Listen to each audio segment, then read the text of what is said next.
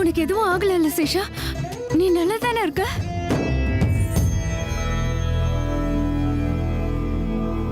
எனக்கு ஏதாவது ஆயிருக்கும் சேஷா.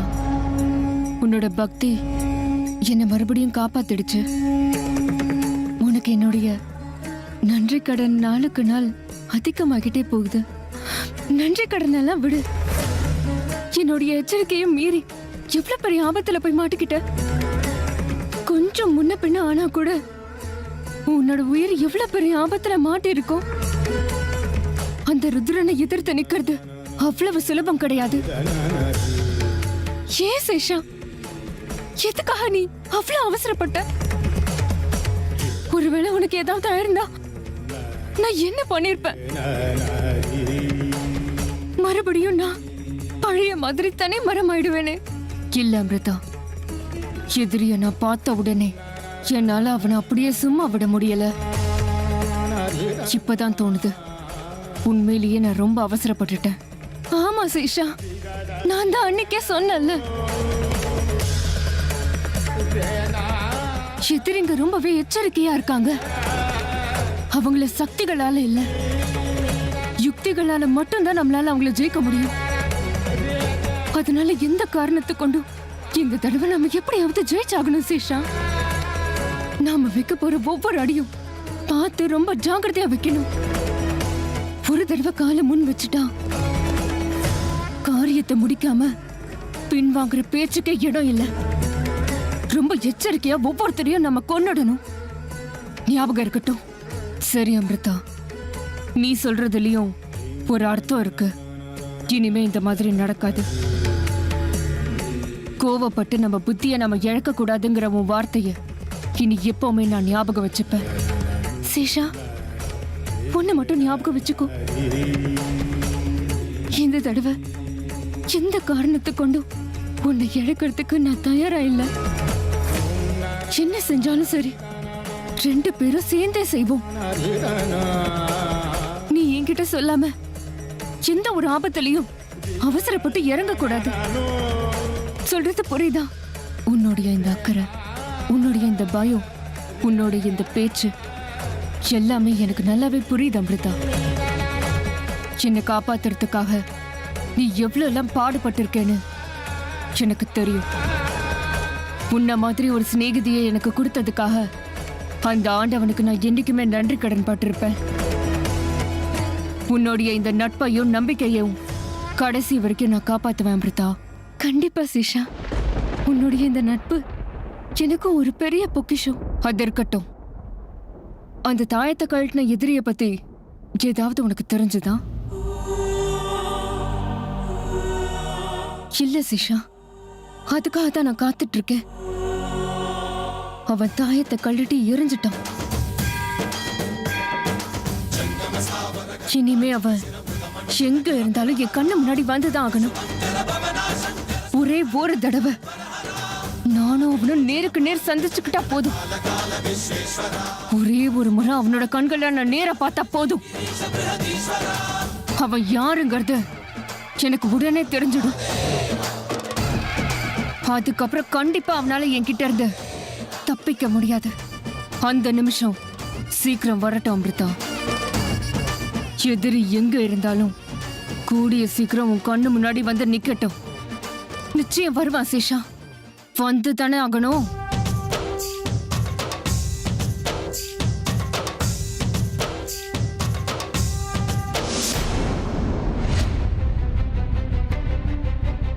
பாட்டி, ருத்ரா மாமா வந்துட்டாரு. ருத்ரா, வந்துட்டியா? உனக்கு எதுவும் ஆகலையே? நல்லா இருக்கியா? எப்படியோ நல்லபடியா வீட்டுக்கு வந்துட்டல ருத்ரா, அதுவே போதும். சித்ரா, முதல்ல சுவாமி கிட்ட விளக்கு ஏத்திட்டு அப்புறம் போய் இந்த விஷயத்தை அமிர்தா கிட்ட சொல்லிடு. ஆமா, பாவம் எங்க எல்லாரை விட அதிகமா பயந்தது அமிர்தா தான். சித்தப்பா, உங்களுக்கு எதுவும் ஆகல? ஒரு நிமிஷம், உங்க எல்லாருக்கும் என்ன ஆச்சு? ஏன் எல்லாரும் பயந்து போய் விசாரிக்கிறீங்க? எனக்கு என்னமோ ஆகக்கூடாது ஆன மாதிரி ஒருத்தர் மாத்தி ஒருத்தர் கேள்வி கேட்டுட்டே இருக்கீங்க.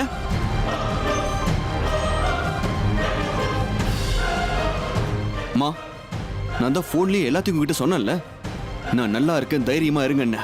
ஐயோ மாமா, நீங்க உங்க பாட்டுக்கு அலட்சியமா சொல்லிட்டீங்க. பாவம் அமிர்தா உங்களுக்கு என்னாச்சோ ஏதாச்சோன்னு ரொம்ப பயந்து சாமி முன்னாடி உட்காந்து பிரார்த்தனை பண்ணிக்கிட்டு இருக்கான். அப்படியா? அமிர்தாவா? ஆமா சித்தப்பா. அமிர்தா ரொம்ப நேரமா உங்களுக்காக சாமி கிட்ட பிரார்த்தனை பண்ணிக்கிட்டே இருக்காங்க. சாப்பிடாம கொள்ளாம உட்காந்துருக்காங்க. எதுக்கு? என்ன பிரச்சனை?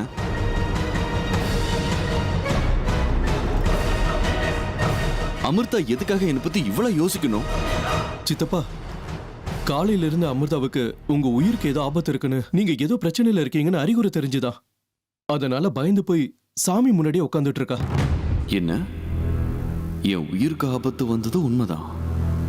ஆனா அந்த விஷயம் அமிர்தாக்கு எப்படி தெரிஞ்சது? அவளுக்கு அறிகுறி தெரிஞ்சிருக்குன்னா என்ன அர்த்தம்? சித்தப்பா, என்ன ரொம்ப ஆழமா யோசிச்சுட்டு இருக்கீங்க? ஒண்ணு இல்ல அர்ஜுன், உங்க எல்லாருக்கும் என் மேல எவ்வளவு அக்கறை இருக்குன்னு யோசிச்சுட்டு இருக்கேன். அம்மா, நீங்களாவது எல்லாருக்கும் கொஞ்சம் தைரியம் சொல்லக்கூடாதா? அதுவும் நான் போன்ல சொன்னதுக்கு அப்புறமும். நீ போன்ல எனக்கு தைரியம் சொல்லிட்ட. உண்மையை சொல்லணும்னா நீ வர்ற வரைக்கும் எங்க எல்லாருக்கும் உள்ளுக்குள்ள பயமா தான் இருந்தது. உண்மைதான் ருத்ரா. இப்போலாம் நம்ம வீட்ல நடக்கிற ஒவ்வொரு விஷயத்தையும் பார்க்கும்போது யாரையுமே நம்ப முடியறதில்ல. அப்படி இருக்க சூழ்நிலை. இந்த நிலையில நாங்க பயப்படுறது நியாயம்தானே? அதுலயும் அந்த பொண்ணு அமிர்தா ரொம்பவே பயந்து போயிட்டா. ஓ, அப்படியா? இப்ப அமிர்தா எங்க?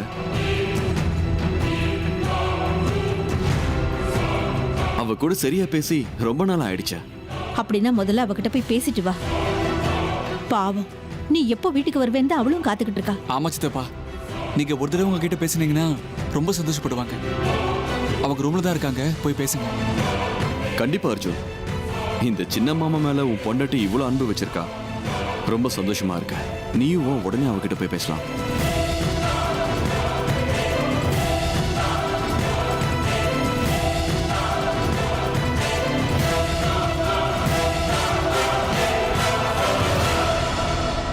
வந்த உடனே அவன் யாருங்கிற விஷயம் தெரிஞ்சதும் அவன் கதைய முடிச்சிடு.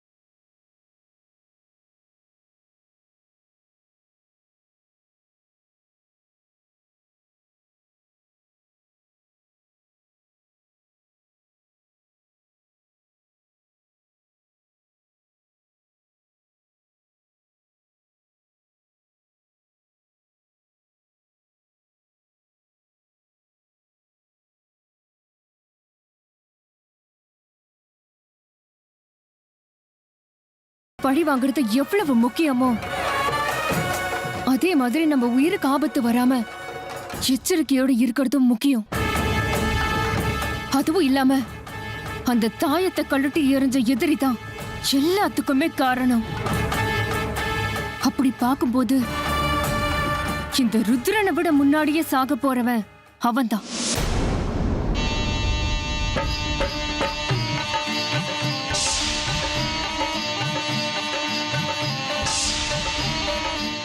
அவனாலதான் நம்ம வம்சம் அடியோட அழிஞ்சு போயிருக்கு. அவன் எங்க இருக்கானோ, எப்படி இருக்கானோ, முதல்ல நாம அத கண்டுபிடிக்கணும் சேஷா. கண்டிப்பா அமிர்தா, அவனை கண்டுபிடிக்கிறதுக்கு உனக்கு எந்த உதவி எல்லாம் வேணுமோ என்ன கேளு. நான் உனக்கு துணையா எப்பவுமே இருப்பேன். 2 பேரும் சேர்ந்து அவன் எங்க இருக்கான்னு கண்டுபிடிச்சிடலாம். அமிர்தா,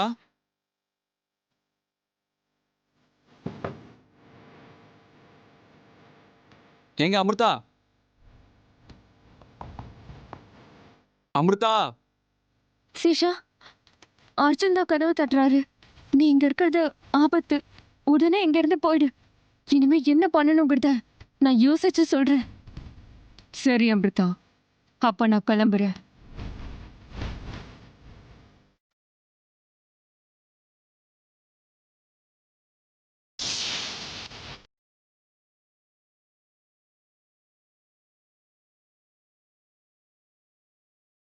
அமிர்தா என்ன பண்ணிட்டு இருக்கீங்க?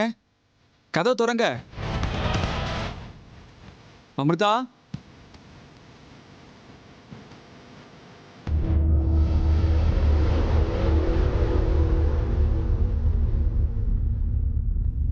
உங்களுக்கு ஒரு சர்ப்ரைஸ். என்ன இது? கெஸ் பண்ணுங்க பாப்போம். என்னால கண்டுபிடிக்க முடியல. நீங்களே சொல்லுங்க. உங்களை பார்க்கறதுக்காக யார் வந்திருக்காங்கன்னு தெரியுமா?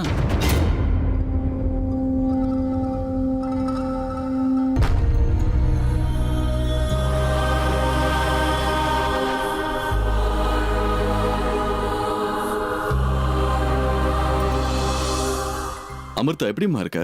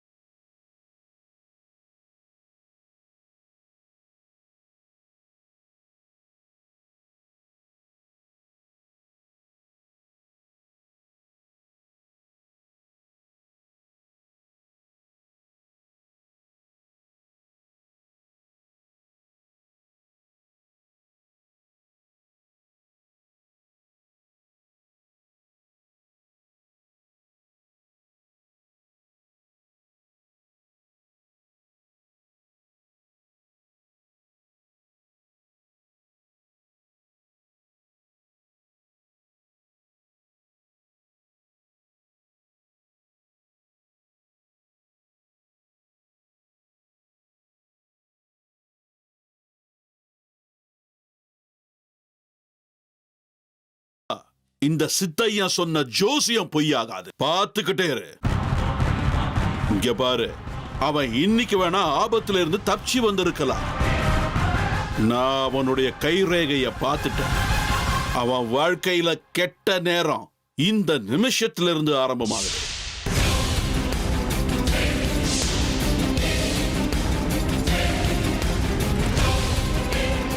அவன் தன்னோட வாழ்க்கையில ரொம்ப அவஸ்தைப்பட்டு துடிக்கிறத நீயே உன் கண்ணால பார்க்கத்தான் போற. ஏய் சித்தையா, உன் மனசுல ஏதோ பெரிய கெட்ட எண்ணத்தோடு தான் இந்த வீட்டுக்குள்ள நுழைஞ்சிருக்கேன்னு நினைக்கிறேன். சொல்லு, உன் மனசுக்குள்ள என்ன இருக்குன்னு சொல்லு. உன் மனசுக்குள்ள என்ன நினைச்சுக்கிட்டு இருக்க? உன்னோட எண்ணம் தான் என்ன? எதுக்காக நீ இங்க இருக்கிற? எல்லாத்தையும் என்கிட்ட சொல்லிடு. இந்த பாரு தமயந்தி, நான் இங்க எதுக்கு இருக்கேன்னு உனக்கு நல்லாவே தெரியும். பார்த்தாவ நீயா என் கூட அனுப்பி வச்சுட்டா சரி, இல்லனா அவனை எப்படி கூட்டிக்கிட்டு போகணுங்கிறது எனக்கு நல்லா தெரியும். ஏய், ஏன் அர்ஜுன் விஷயத்துல யாராவது தலையிட்டா அவங்க உயிரை பறிச்சிடுவேன். இந்த திரிவேணியோட கோபத்தை பத்தி உனக்கு சரியா தெரியாதுன்னு நினைக்கிறேன். அவனை கூட்டிக்கிட்டு போறது அப்புறம் இருக்கட்டும். அவன் இருக்கிற இடத்துல நிக்கிறதுக்கு கூட இந்த திரிவேணி அனுமதிக்க மாட்டா. ஞாபகம் இருக்கட்டும். தப்பி தவறி அவன் விஷயத்துல நீ தலையிட்ட உன்னை உரு தெரியாம அழிச்சிடுவேன்.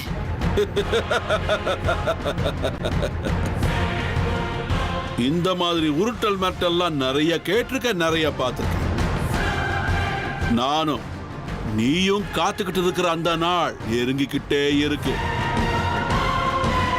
இன்னும் 7 நாள் கழிச்சு பார்த்தாக்கு 25 வயசு நிரம்புது. அதுக்குள்ள அவனா என்கிட்ட வந்துடணும். இன்னும் ஒரு வாரத்துல இங்க என்னவெல்லாம் அதிசயம் நடக்க போகுதுங்கிறத பார்த்துக்கிட்டே இரு. உனக்கு அதுக்கு மட்டும்தான் வாய்ப்பு இருக்கு. நீ வெறும் ஒரு பார்வையாளர் மட்டும்தான். உன் கண்ணு முன்னாடியே நீ சீராட்டி பாராட்டி வளர்த்த பார்த்தாவ எப்படி தூக்கிட்டு போறேன்னு பாரு.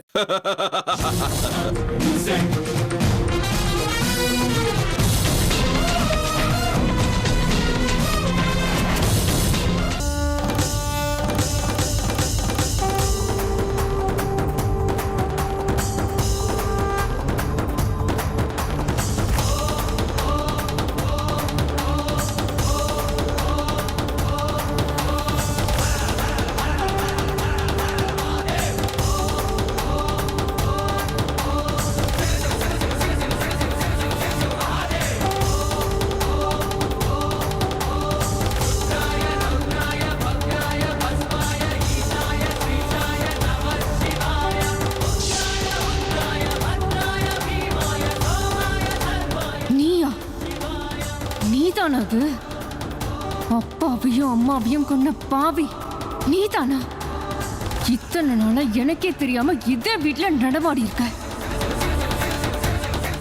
என்னுடைய எதிரி நீதானா? என் அப்பாவையும் அம்மாவையும் துடித்தடுக்க வச்சு சாகடிச்சு என் குடும்பத்தையும் அழிச்சிருக்க நீயா?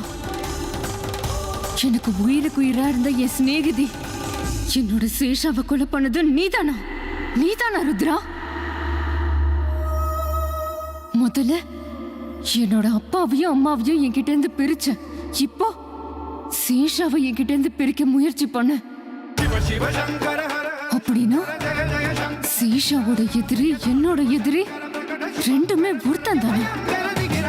இந்த விஷயம் சேஷாவுக்கு தெரிஞ்சதுன்னா ரொம்ப சந்தோஷப்படுவா. முதல்ல நான் இந்த விஷயத்த அவளுக்கு சொல்லணும். டேய் ருத்ரா, இதுக்கு மேல உன்னால தப்பிக்க முடியாது.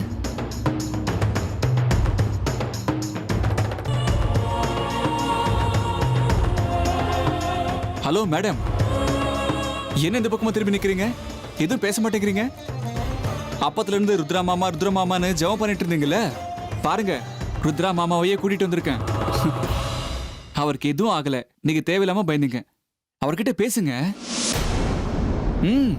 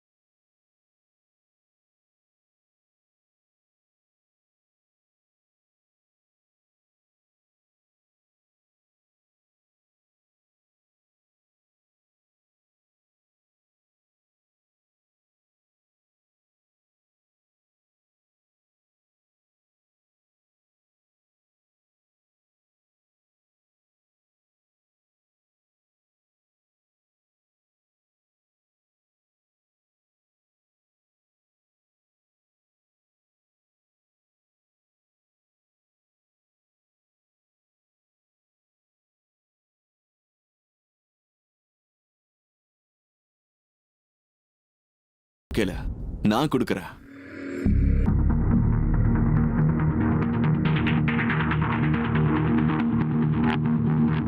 உங்களோட உயிர்.